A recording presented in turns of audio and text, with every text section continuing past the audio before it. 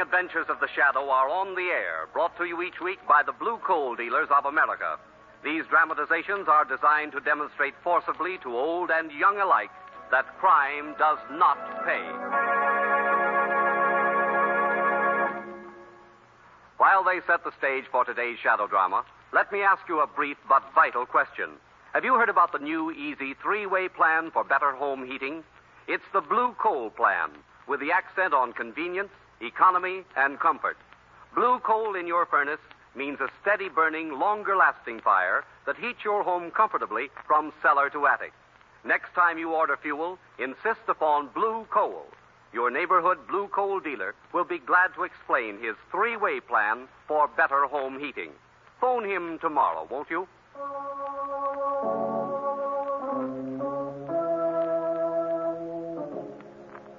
The Shadow, mysterious character who aids the forces of law and order, is in reality Lamont Cranston, wealthy young man about town.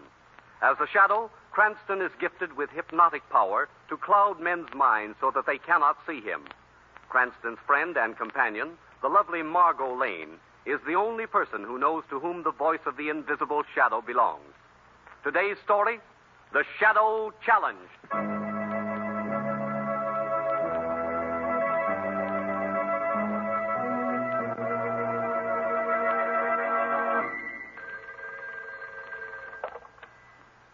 Hello? No, I can't speak to him. And please don't put more calls through, operator. I'm busy working and I don't wish to be disturbed. Thank you. Now, let me see. Where was I? Oh, yes. What was that? I'm sorry to interrupt your work, Professor Rice. Who is that? Who is speaking? I see no one. I am called the Shadow. The Shadow? I've heard of you. What are you doing here? That manuscript you're translating, Professor Rice. It is of great value, is it not? Yes, of course. I want you to give it to me, Professor. Give you this manuscript? Why, that's impossible. It's not mine. It belongs to the museum. It's a direct key to ancient Hindu culture. I know. That's why I've come here. I want that manuscript. Now, see here. I've always had a great respect for you, Shadow. You work for the forces of good against the forces of evil. But now, you're behaving like a common thief. Give me that manuscript. No. Very well. I see that I must use other methods. What do you mean? What are you going to do? This is what I'm going to do, Professor Rice. Oh, Shadow. Why did you do this?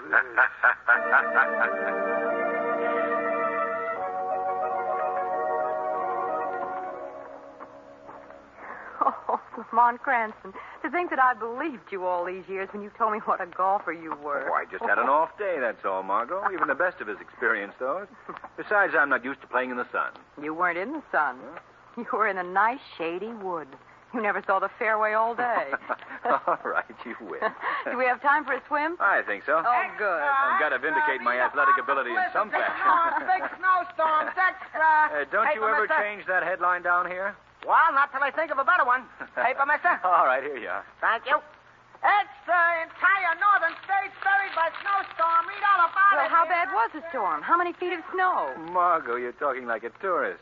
All they need is a flurry up north to cause a headline like this. Oh, really? Oh, sure. You get used to these headlines after you hear... Margot. What? Margot, look at this. What is it? The story on the front page. Museum professor murdered by the Shadow. By the Shadow? Well, that's what it says.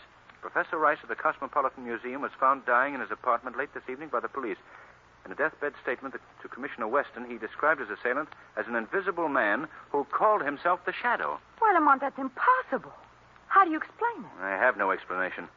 But one thing is certain. We're catching the next plane north.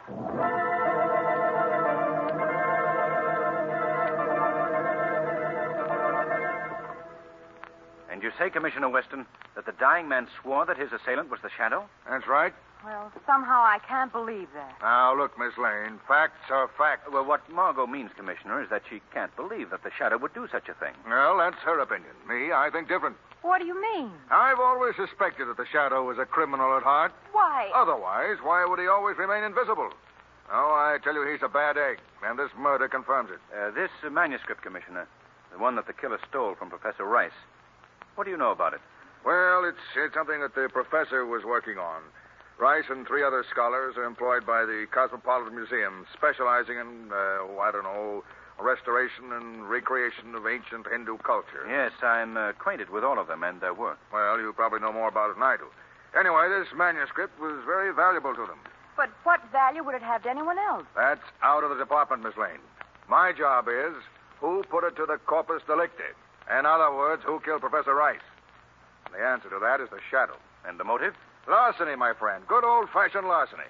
Shadow wanted that manuscript, and he killed the guy to get it. Commissioner, I don't think that the Shadow had anything to do with it. Look, I heard the accusation with my own ears just before the erstwhile Professor Rice gave up the ghost. Nevertheless, I can't believe the Shadow is guilty.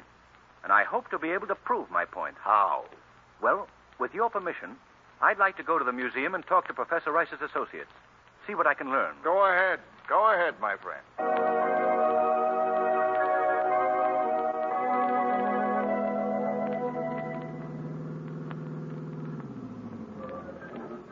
We'll leave the car here, Margot. I believe that the night entrance to the museum is in this wing. Lamont, do you suppose that someone has discovered your secret and is misusing it in the Shadow's name? That's possible, Margot. Well, what else could it be?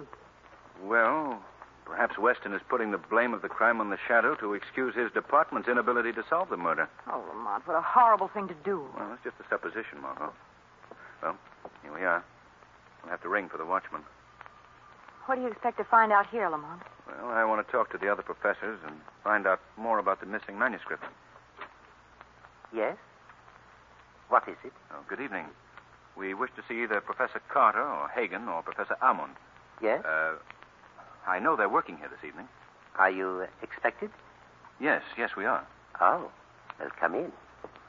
Thank you. We seldom have visitors at this late hour. Well, I guess not. I must ask you to walk quietly, please. They do not like to be disturbed. You mean the professors? Oh, no, not the professors. I mean those that live here. Oh, are there people there? This is their time to rest. Who? Those that you see about you, the statues, the paintings. Tires them, you know. People staring at them through the day. Oh, yes. Yes, I can understand that. Lamont, does he mean... Margot, the statues must appreciate your consideration for them, sir. Oh, yes, they do. They know that I watch over them through the night. There is the door to the offices. I must leave you here. Oh, well, thank you. Yes, it was nice of you to show us the way. Not at all. Good night. Good night. Yes, good night. Cheerful fellow. Makes you feel right at home. Yes. Well, let's go in, Margot. Oh, it's you, Mr. Cranston. I didn't expect to see anyone. Oh, I'm sorry. This is Miss Lane, Professor Carter. How do you do? How do you do, Miss Lane? Won't you go into the office? Professor Armand is there. I have to consult a file. I'll be right back. Oh, yes. Thanks, Professor Carter. Well, come along, Margot. All right. May we come in? Oh, yes. Yes, of course, Mr. Cranston. Do come in. Thank you. I don't believe you know Miss Lane. No, I have never had the pleasure. This is Professor Ahmed, Margot. How do you do, Professor? I am most delighted to make your acquaintance. Won't you both be seated? Thank you. Thank you. I spoke to Professor Hagen this afternoon. Did he explain to you the purpose of my visit? Yes, he did. You are interested, I believe, in solving the murder of our most worthy colleague, Professor Rice. Yes. A very noble endeavor. I thought I might begin by learning more about the manuscript that Professor Rice was working on when he was killed. An excellent beginning. Yes. What was its value, Professor Almond? The missing manuscript was quite priceless in rarity, but its monetary value was slight indeed because any attempt to resell it would bring immediate arrest. Well, Professor, what was in the manuscript? I must confess that I do not know. You see, it was one section of a single volume that the four of us were translating. Each of us took 1/4 of the work. The work deals with ancient Hindu culture, doesn't it? Yes. Would it by any chance contain any secrets? Secrets of that civilization which could be of value to someone today? I fear that I am not at liberty to answer that question, Mr. Cranston. Perhaps Professor Hagen might be of greater service to you. He is our superior, you know. Where is the professor? He's working in the laboratory upstairs. I shall be most willing to go up and get him for you. But can't you possibly... I shall return in a moment with Professor Hagen. You will excuse me, Miss Lane, Mr. Cranston. Thank you. Oh, yes. Well, our Hindu friend didn't appear to be too willing to talk. No. I believe he knows much more than he can to tell. Lamont, I wonder if... Should we answer it? Well, I suppose I'd better. Hello? To whom am I speaking? This is Lamont Cranston. Oh, then I can leave my message with you. Certainly. What is it? Of the 3 men who once were 4, one more is about to die. Who is this? Who's speaking? The Shadow. The Shadow? Hello? Hello? What's the matter, Lamont? That person on the phone called himself the Shadow. Then there is an impersonator. Yes. I'm sorry to be so long. Professor Carter, someone just called on the phone. He said that one of you 3 professors is about to die. What? It might be a crank, but we can't take any chances. Where are the others? Upstairs in the laboratory. You'd better take us up there at once. Yes. Follow me. Up these stairs. Come along, Margot. I can't imagine who's... There's trouble up there. Hurry, Carter. Sounded like Ahmed's voice. Right in here. What's wrong? Oh, Margot, you better stay out of here. It's not a pleasant sight. Ahmed, what happened? What happened to Professor Hagen? I found him so, on the floor, dying. Oh. Was he still alive when you got here? Yes. Could he talk to you? Did you learn anything? Yes, he told me that his attacker was an invisible man who called himself the Shadow.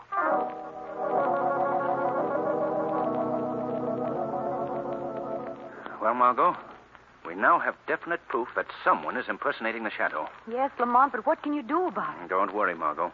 I've always used the power of the Shadow to aid the forces of law and order, to help good conquer evil. Yes, I know. And now that someone else has discovered my secret of invisibility and is misusing this power, I shall travel to the ends of the earth to conquer him. This, Margot, is the Shadow's greatest challenge. But I'm sure that I can meet it and come out on top.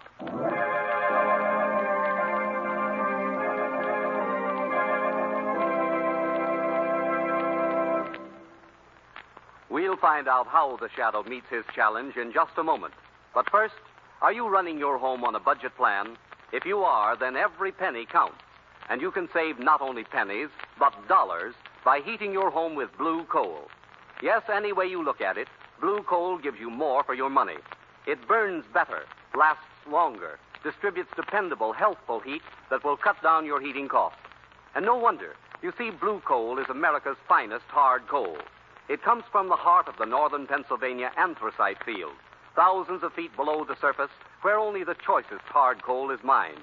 What's more, with every order of blue coal, you enjoy the extra home heating service and free advice of your neighborhood blue coal dealer. Besides, he'll give you a free demonstration of the blue coal automatic heat regulator. Just as its name implies, the blue coal automatic heat regulator regulates the heat in your home by operating furnace dampers automatically. You simply set the thermostat, and the heat regulator does the rest. Blue coal and a blue coal heat regulator work together with clock-like precision to increase your comfort and reduce wasted fuel. Ask your neighborhood blue coal dealer about this modern way to heat your home. His name is listed in the Where to Buy It section of your classified telephone directory under the words blue coal. Call him tomorrow. And now, back to the Shadow.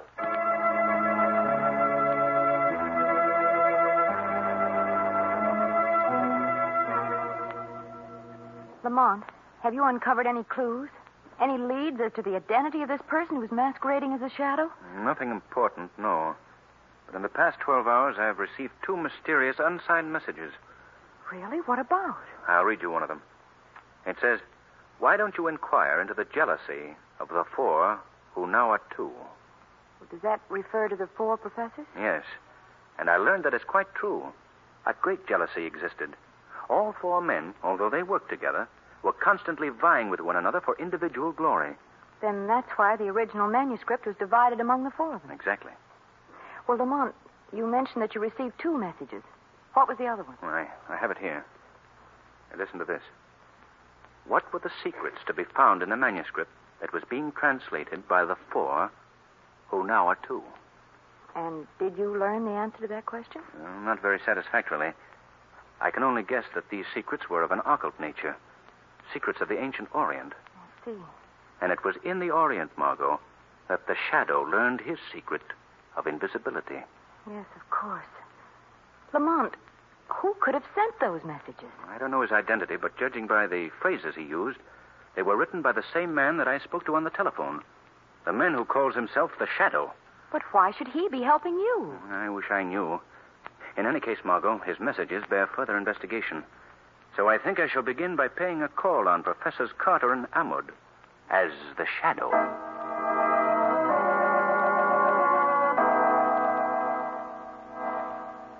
Do you by any chance have a feeling of uneasiness, my dear Professor Carter? How do you mean?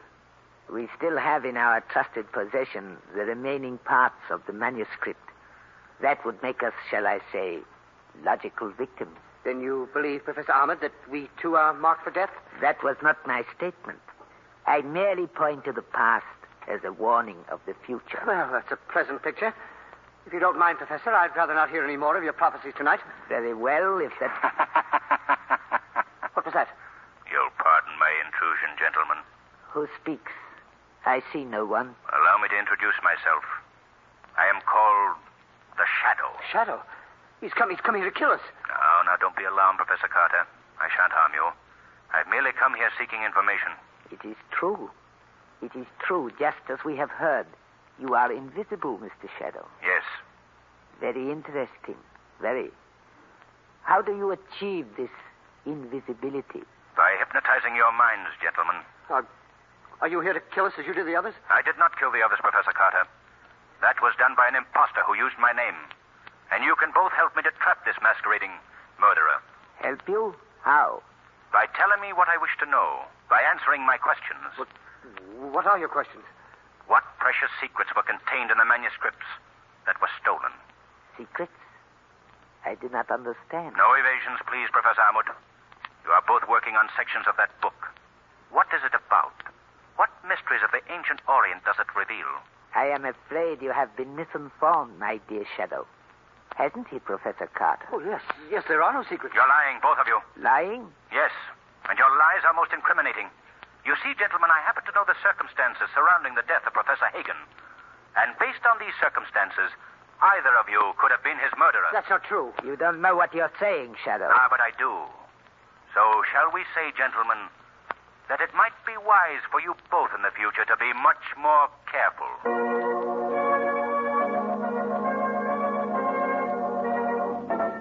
Lamont, did you learn anything from Ahmed or Carter? Nothing definite. They wouldn't talk, either one of them. Dear. Well, what's to be done now? I'm not sure. I think that I'll take it. All right.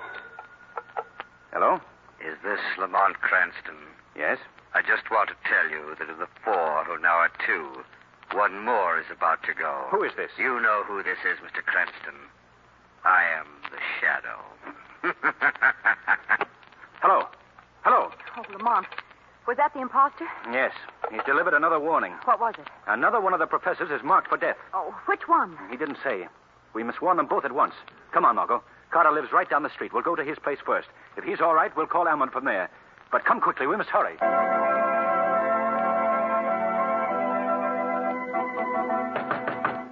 Professor Carter. Professor Carter. Lamont, do you suppose something's happened to him already? We'll soon find out. I'll use the skeleton key. I hate to do this, but... there we are. Come on, Margot. Professor Carter! Lamont, look. the living room. There's been a fight. Yes, furniture overturned, lamps broken. But where's Carter? I'll look in the bedroom. Carter! Carter, are you in there? Any sign of him, Lamont? No.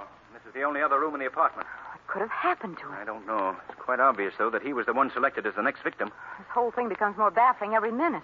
Quite the contrary, Margot. I think it becomes increasingly clear. What do you mean, Lamont?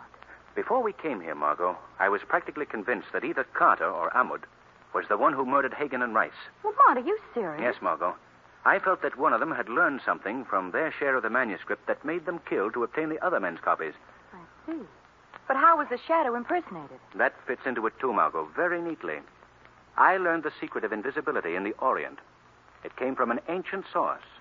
And one of those men could have learned this secret from his manuscript. Yes. Yes, that's very logical. But now that Carter is missing... Yes, that leaves only Ahmud. And I think we should pay a call on that gentleman at once.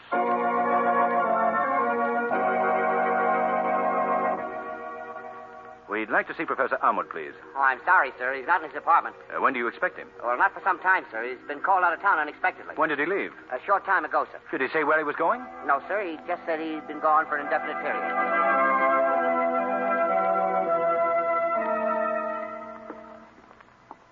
Well, I guess that just proves Ahmed's guilt, doesn't it, Lamont? I don't know, Margot. I've been reviewing the entire case in my mind, and several new factors have occurred to me. What are they? Well, let's wait till we get into the apartment. We'll talk over a cup of tea. All right. Won't you go in, Margot? Yes, thanks. Lamont, look, there seems to be a note here right under the door. A note? Let me see it. Here. Well, listen to this, Margot. Tonight at the hour of midnight in the storage room in the basement of the museum, the one whom you seek can be found. Does that mean the person who's masquerading as a shadow? I think it does. What time is it, Margot? Let's see. About 20 of 12. Well, if I don't want to keep our friend waiting, I'd better be getting over to the museum. Well, Lamont, suppose this is a trap of the killers, a scheme to do away with you as he did the others. I'll chance that, Margot. But I want you to get word to Commissioner Weston. Have him at the museum with his men at 12:15. Tell him that he will find the murderer who has pretended to be the shadow.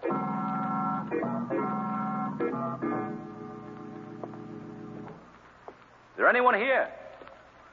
This is Lamont Cranston. Is there anyone here? Who is that? Don't let me frighten you, Mr. Cranston. I'm your old friend, the Shadow. You are not the shadow? No? How would you know that? Answer me. I repeat, you are not the shadow. I see. And would your knowledge be based on the fact that you yourself are the Shadow? Would it, Mr. Cranston? You don't have to answer. I know. I've known for some time now. You are the Shadow. What makes you think so? I've followed the activities of the Shadow for many years. I was most curious to learn his real identity. I began keeping track of the people who were present before and after all of his appearances. I see. And after discarding many suspects, your search narrowed down to me, is that it? That's it exactly. And I am the only man who knows the identity of the Shadow. Well, I must compliment you on your cleverness. I admit to you, I am the Shadow. Yes, but a very powerless Shadow at this point. Having learned your secret of invisibility, I've hypnotized your mind before you were aware of me. This time, the real Shadow is visible, and I am the one unseen. How did you learn my secret? From the Hindu manuscript. Then you admit the murder of Professor Hagen and Professor Rice? Yes. Yes, unfortunately, they were in the way. Why did you commit these crimes in my name? Because I wanted to attract the attention of you, the real Shadow, and I succeeded. I led you on, Lamont Cranston, with my phone calls and anonymous notes. Why? What was your purpose? My purpose was, and is, to put an end to your activities. After tonight, Mr. Cranston, I alone will be the Shadow, and I shall capitalize on this power. You are a fool. Why do you say that? Always working for the powers of good. I shall take real advantage of the name. With the trick of invisibility, the world will be mine. I gather that I'm to be the next victim in your chain of murders. To put it bluntly, yes. I should think that you would make sure of your talents for invisibility before you attempted that. What do you mean? Unlike your other victims, my mind is not receptive to your hypnosis. What are you saying? I mean that you have been perfectly visible to me ever since you entered this room, Professor Carter. What? You see me? Most clearly. And now, if you will observe closely, I shall instruct you in the true art of hypnosis. Look at me, Professor Carter. No. Look at me. No. I am disappearing before your very eyes. You see? You see? Wait, you can't do this. You're destroying my power. Do you hear? You're clouding my mind. Cranston. I am no longer Cranston, Professor Carter. I am the Shadow. So, you think you've tricked me, do you? You think you've gained the upper hand, but you're wrong. You're wrong. That revolver won't be of much use. How will you ever find your target? I'll find you. I'll find you. Try again, Carter. I won't miss this time. Open up in there. Open up. I believe that's the police, Carter. You'd better put down that gun. Let them come and get me, and they'd better come shooting. You'll have to break open the door, Commissioner. We're coming in. And beware, this man here is armed. Keep out of here. I'm warning you, keep out. You're not going to take me. Oh.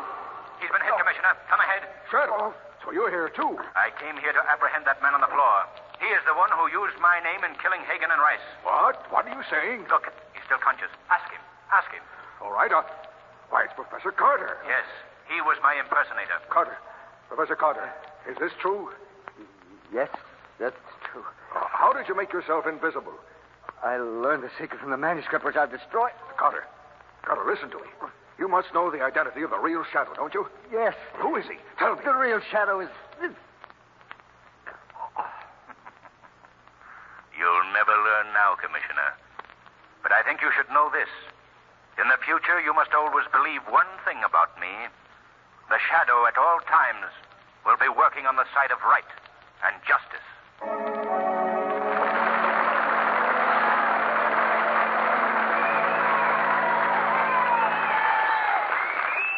We'll hear again from the Shadow in just a minute. But first, here's John Barclay, America's home heating expert. Mr. Barclay. Thank you, Jean Paul King, and good evening, friends. You know, it's amazing how many people have the idea that there's only one size of hard coal. Yes, and I dare say just as many people think that it makes no difference what size coal they burn in their furnace. As a matter of fact, hard coal is prepared and sold in several home sizes. And it may be that one particular size, or possibly a combination of sizes, will give you the best heat for the least money. Of course, many factors enter into the choice of the size coal for your particular furnace. Factors such as chimney construction, draft conditions, and the size of your furnace.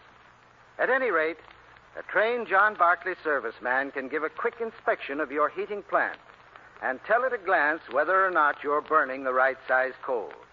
This free inspection is part of the extra home heating service provided by your neighborhood blue coal dealer. So remember, if you're not completely satisfied with the results you're getting, maybe you're burning the wrong size coal. Just phone your neighborhood blue coal dealer first thing in the morning. Thank you. Today's program is based on a story copyrighted by the Shadow magazine. The characters, names, places, and plot are fictitious. Any similarity to persons living or dead is purely coincidental.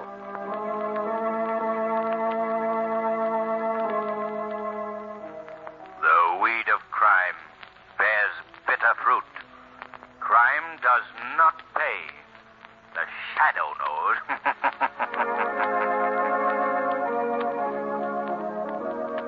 Next week, same time, same station, the Blue Coal Dealers of America bring you an adventure of the Shadow that will amaze you with its breathtaking thrills. So be sure to listen, and be sure to phone your friendly Blue Coal dealer for greater heating comfort at less cost. This is Jean Paul King saying, keep the home fires burning with Blue Coal.